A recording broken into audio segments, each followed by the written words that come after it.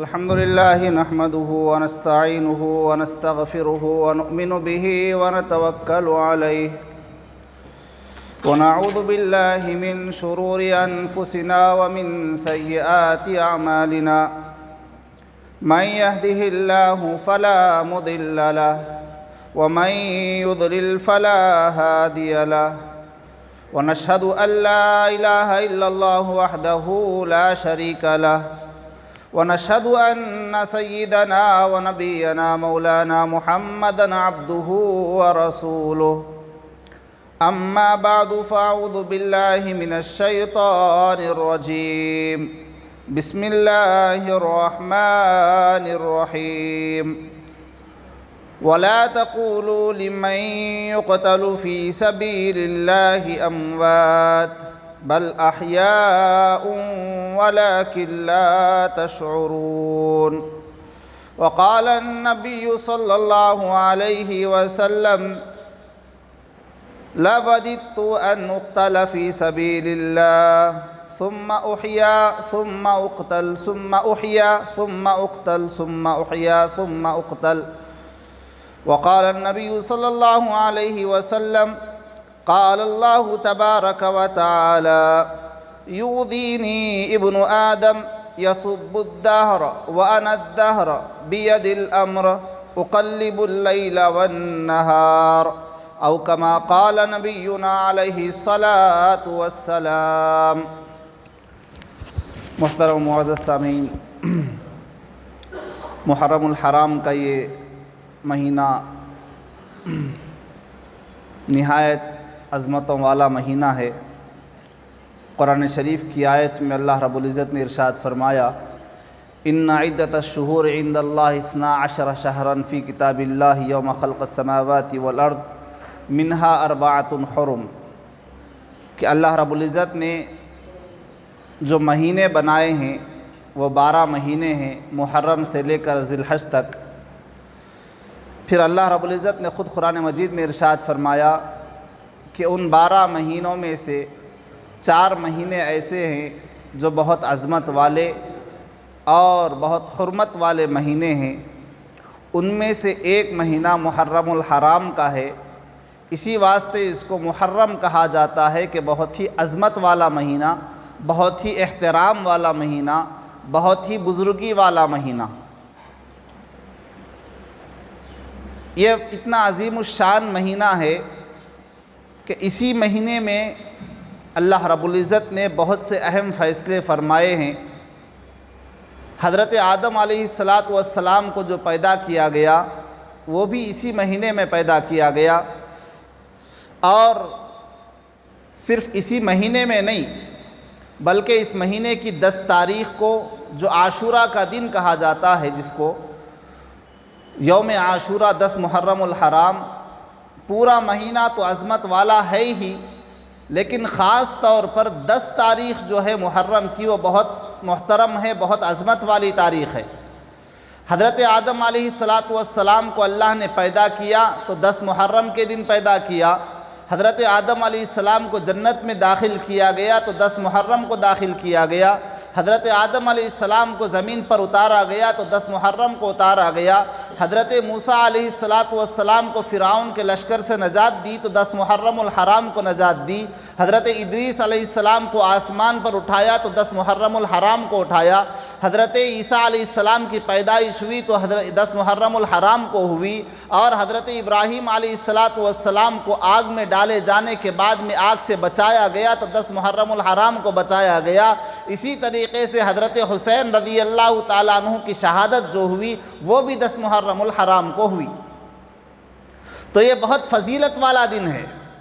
حضرت حسین علیہ السلام کی، حضرت حسین رضی اللہ تعالیٰ عنہ کی فضیلتوں میں سے ایک فضیلت یہ ہے کہ آپ کی شہادت سال کے دوسرے دنوں میں نہیں ہوئی بلکہ 10 محرم الحرام کو ہوئی، جس میں اللہ رب العزت نے بڑے بڑے کام اللہ رب العزت نے انجام دیے ہیں۔ اس تاریخ کو حضرت حسین رضی اللہ تعالیٰ عنہ کی شہادت ہوئی ہے۔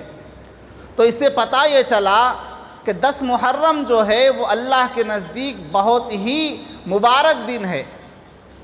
اسی واسطے رسول اللہ صلی اللہ علیہ وسلم جب مکے سے مدینے کو ہجرت کر کے تشریف لائے تو مکے میں جو مسلمان تھے ان کے پاس بھی بہت ہی محترم تھا 10 محرم کا دن، عاشورہ کا دن۔ کعبے کا جو غلاف چینج کرتے تھے، تبدیل کرتے تھے، وہ بھی 10 محرم کے دن کرتے تھے، اس لیے کہ بہت عظمت والا دن۔ جب رسول اللہ صلی اللہ علیہ وسلم مدینے کو تشریف لائے تو آپ نے دیکھا کہ یہاں پر مدینے میں رہنے والے یہودی 10 محرم کو گویا کہ عید مناتے ہیں، اور اس عید کی خوشی میں وہ لوگ روزہ رکھتے ہیں۔ رسول اللہ صلی اللہ علیہ وسلم نے پوچھا کہ کیا بات ہے بھئی، روزہ کیوں رکھتے ہو؟ تو انہوں نے کہا کہ ہم نے روزہ اس لیے رکھا ہے کہ 10 محرم کو اللہ رب العزت نے حضرت موسیٰ علیہ السلام کو فرعون کے لشکر سے نجات دی تھی، ہم اس کی خوشی میں روزہ رکھتے ہیں۔ تو رسول اللہ صلی اللہ علیہ وسلم نے ارشاد فرمایا کہ بھئی موسیٰ علیہ السلام کی آزادی کی جو خوشی ہے، فرعون کے لشکر سے آزادی کی، اس خوشی کو منانے کے تم سے زیادہ مستحق تو ہم ہیں، اس لیے کہ موسیٰ کو تم صحیح طریقے سے نہیں مانتے اور ہم موسیٰ کو ماننے والے۔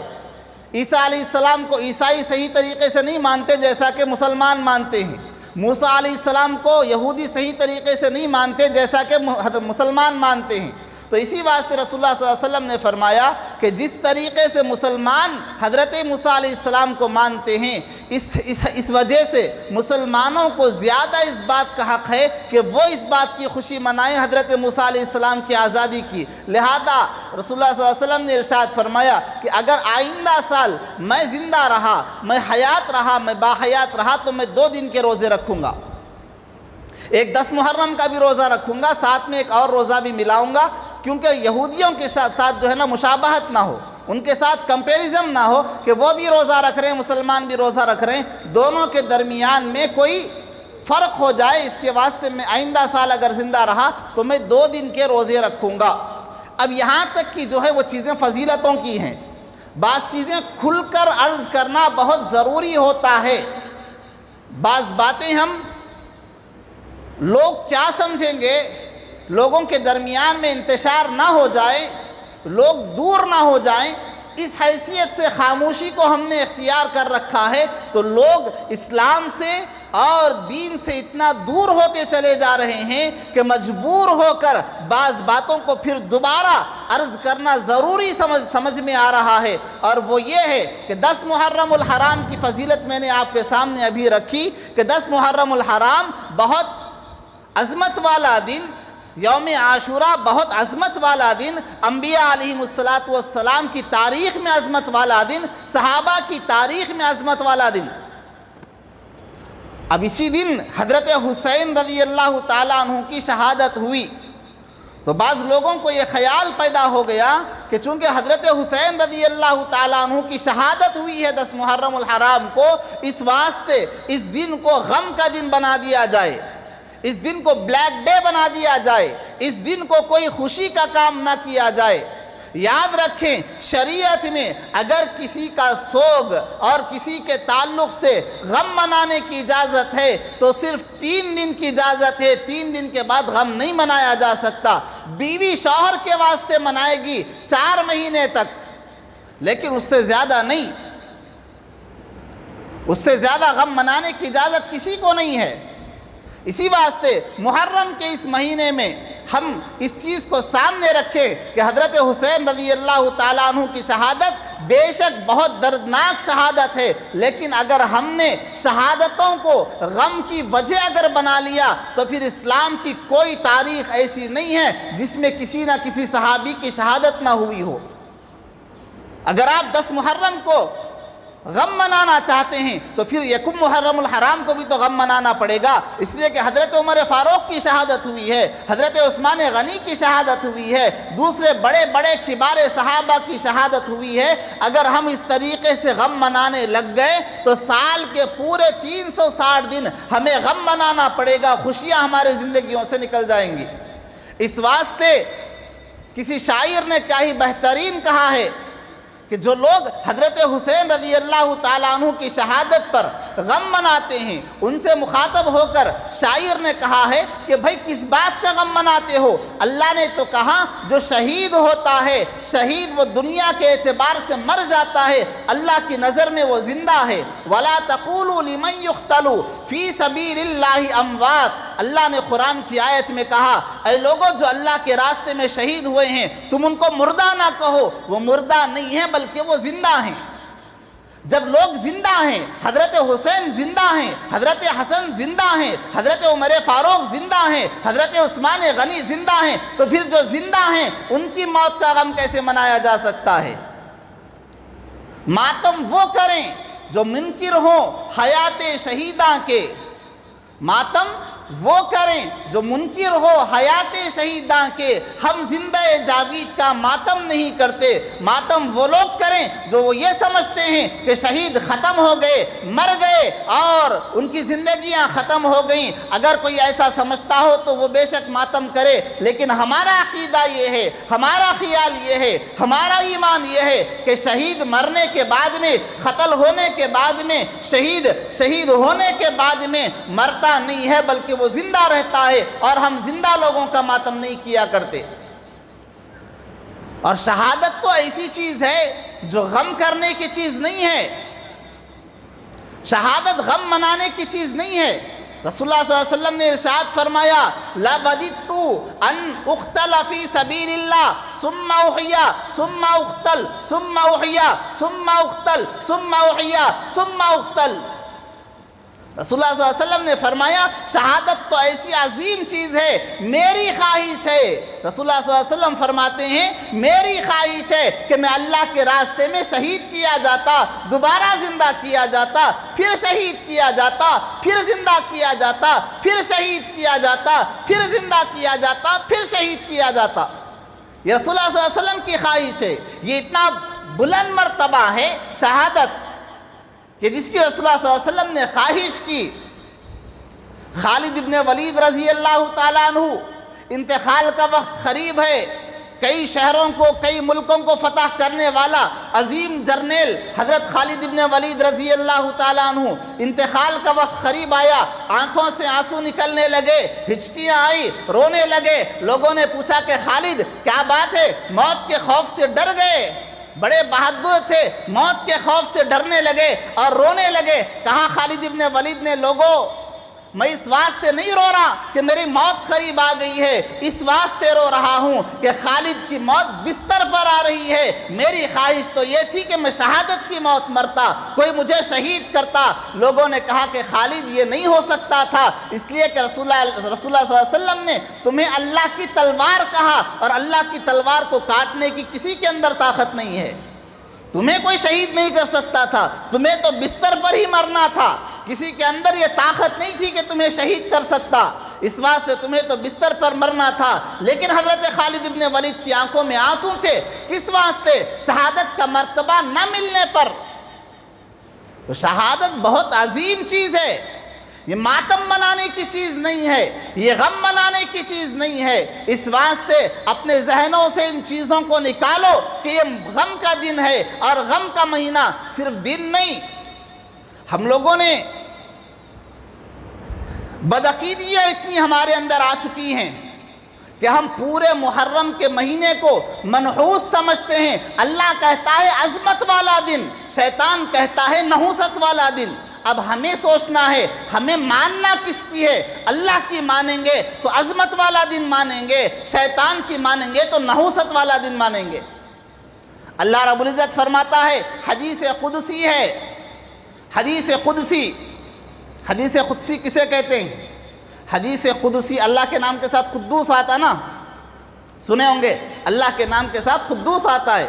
تو حدیث قدسی اس حدیث کو کہا جاتا ہے جس میں رسول اللہ صلی اللہ علیہ وسلم نے اللہ رب العزت کی کوئی بات نقل کی ہو، اللہ ایسا فرماتا ہے، بلکہ رسول اللہ صلی اللہ علیہ وسلم بولے تو اس کو بولتے ہیں حدیث قدسی۔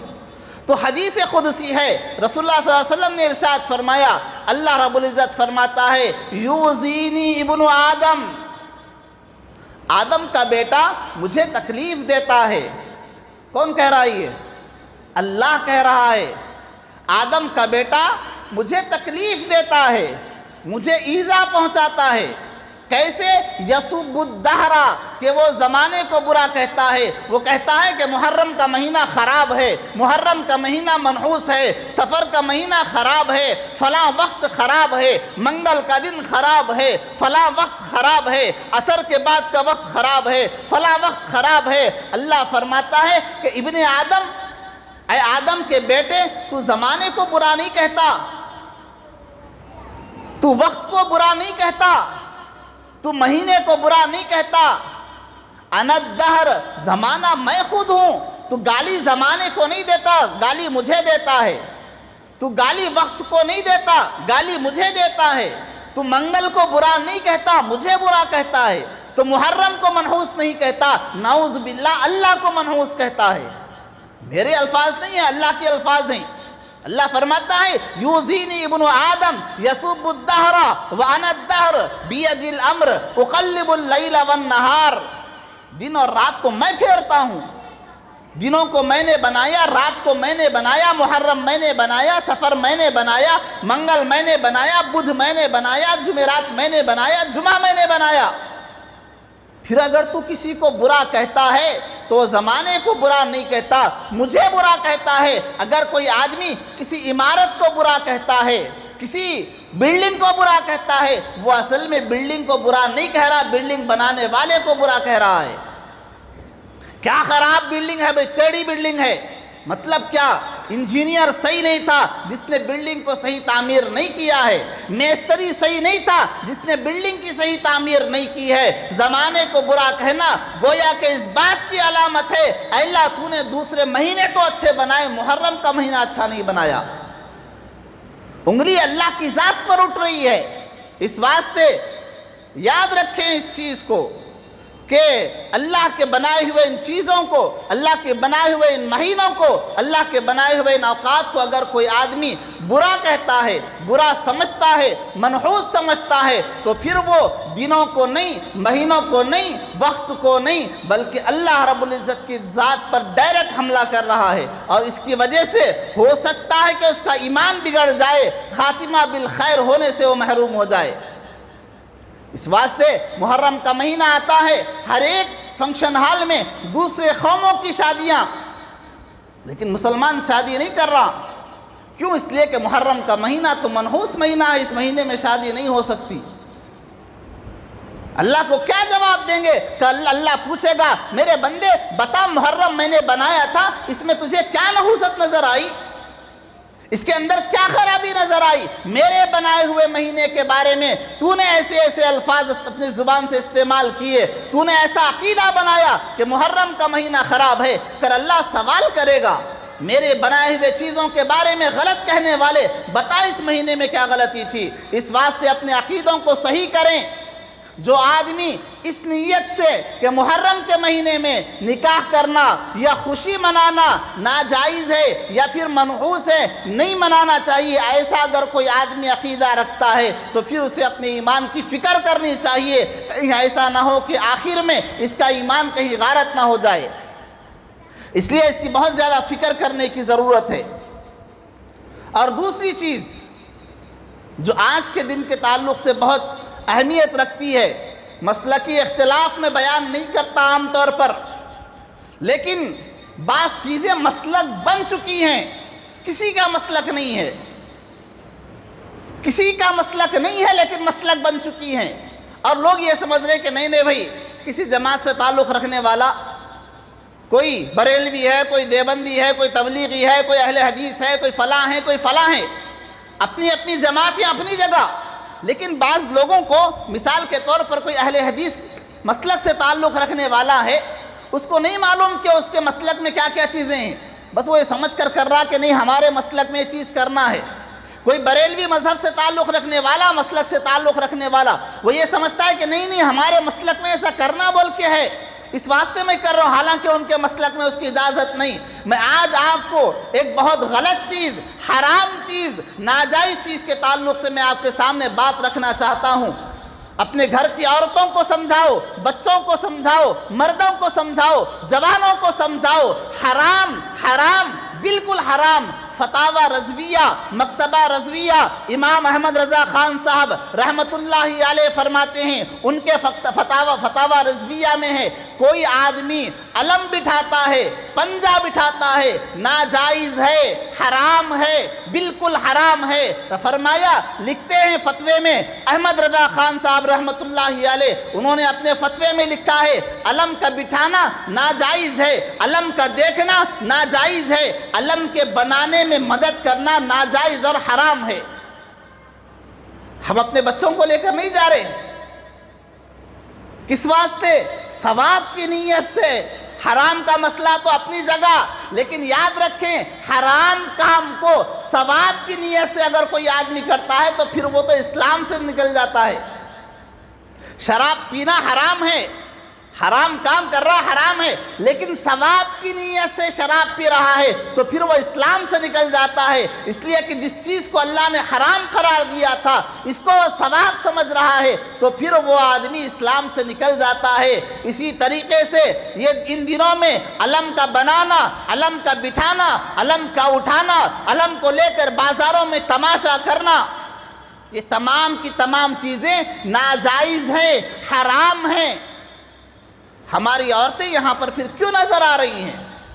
اس لیے کہ جو لوگ جا رہے ہیں وہ یہ سمجھتے ہیں کہ نہیں بھئی ہمارے پاس اجازت ہے، شاید بولنے والوں نے کھل کر نہیں بولا، جس کی وجہ سے آج یہ حالات آ گئے کہ جہاں پر ہماری عورتوں کو مسجدوں میں آنے کی اجازت نہیں تھی، آج ہماری گھر کی عورتیں عاشور خانوں میں ان غیر محرموں کے ساتھ میں تنہائی میں بیٹھی ہوئی نظر آ رہی ہیں۔ اپنی آنکھوں سے دیکھا ہوا حال میں آپ کے سامنے ذکر کر رہا ہوں۔ ہماری عورتیں غیر محرموں کے ساتھ، رسول اللہ صلی اللہ علیہ وسلم نے فرمایا کہ مسجدوں کو عورتوں کو نہ لاؤ۔ جب اللہ کے گھر کو عورت نہیں آ سکتی تو پھر کسی عاشور خانے میں ہماری عورتیں جا کر کیسے بیٹھ سکتی ہیں؟ ان علم کو دیکھنے کے واسطے ہماری عورتیں کیسی جا سکتی ہیں؟ ان علم کو دیکھنے کے واسطے ہم اپنے بچوں کو لے کر کیسے جا سکتے ہیں؟ بالکل حرام ہے، ناجائز ہے۔ یہ چیز اپنے ذہنوں میں بٹھائیں اور اپنے گھر کی عورتوں کو بتائیں، ملنے جلنے والوں کو پوچھیں۔ شراب پینے والے سے ہم نفرت کرتے ہیں، اس کو اپنے سامنے بٹھانا پسند نہیں کرتے۔ جوا کھیلنے والے کو ہم اچھا نہیں سمجھتے، چوری کرنے والے کو ہم اچھا نہیں سمجھتے، تو پھر یہ غلط کام کرنے والوں کو ہم اچھا کیسے سمجھ سکتے ہیں؟ ہم ان کو کیوں نہیں سمجھا سکتے کہ جس طریقے سے ایک شرابی کو ہم سمجھانا ضروری سمجھتے ہیں، ایک جواری کو ہم سمجھانا ضروری سمجھتے ہیں، ایک چور کو ہم سمجھانا ضروری سمجھتے ہیں، اسی طریقے سے اس حرام کام کے کرنے والے کو سمجھانا ہم ضروری کیوں نہیں سمجھتے؟ ہمیں ضرورت ہے اس بات کی کہ سمجھائیں، اپنے گھر کی عورتوں کو سمجھائیں، اپنے گھر کے لوگوں کو سمجھائیں، اپنے محلے والوں کو سمجھائیں، پڑوسیوں کو سمجھائیں کہ یہ چیز بالکل حرام ہے، اسلام سے اس کا کوئی تعلق نہیں۔ مستقل فتویٰ ہے ہر مکتب فکر کا، اہل سنت والجماعت سے تعلق رکھنے والے ہر مکتب فکر کا، چاہے وہ دیوبندی ہو، چاہے وہ بریلوی ہو، چاہے وہ اہل حدیث سے تعلق رکھنے والا ہو، ہر ایک کا فتویٰ یہی ہے کہ علم کا بٹھانا بھی ناجائز، علم کا دیکھنا بھی ناجائز۔ اس واسطے اس کا خاص طور پر اہتمام کریں، اپنے رشتہ داروں میں اس چیز کو دیکھیں۔ یہ چیز آگے بڑھتے بڑھتے بڑھتے اتنا زیادہ آگے بڑھتی چلی جا رہی ہے کہ جس کے تعلق سے اگر میں بولنا شروع کروں اس کے نقصانات تو پھر مجھے مستقل ایک جمعہ اور چاہیے۔ اس کے نقصانات اگر میں آپ حضرات کے سامنے ذکر کرنا چاہوں لیکن اس کا وقت نہیں ہے، اس واسطے خاص طور پر اس کا اہتمام کریں۔ کرنے کے جو کام ہیں وہ کرو نا، رسول اللہ صلی اللہ علیہ وسلم نے جو بتایا ہے وہ کرو نا۔ ان میں مزہ کیوں نہیں آتا؟ بدعات میں مزہ کیوں آتا ہے؟ خرافات میں مزہ کیوں آتا ہے؟ رسول اللہ صلی اللہ علیہ وسلم نے فرمایا 10 محرم کو کرنے کا کام ہے روزہ رکھو، روزہ رکھنے میں مزہ کیوں نہیں آ رہا؟ 10 محرم کا کام یہ ہے کہ اس دن خوب ذکر و اذکار کرو، ذکر و اذکار میں مزہ کیوں نہیں آ رہا؟ 10 محرم کا کام یہ ہے کہ اپنے گھر والوں پر خوب خرچ کرو۔ رسول اللہ صلی اللہ علیہ وسلم کی حدیث ہے، رسول اللہ صلی اللہ علیہ وسلم نے ارشاد فرمایا من وسع علی اہلہ و عیالہ وسع اللہ لہ سائر سنۃ، جو آدمی عاشورہ کے دن اپنے گھر والوں کو اچھا کھلائے گا، اچھا پلائے گا، اچھا پہنائے گا، ان کے اوپر دسترخوان کو وسیع کرے گا، اللہ رب العزت اس کی برکتیں پورے سال اس کو عطا کرے گا۔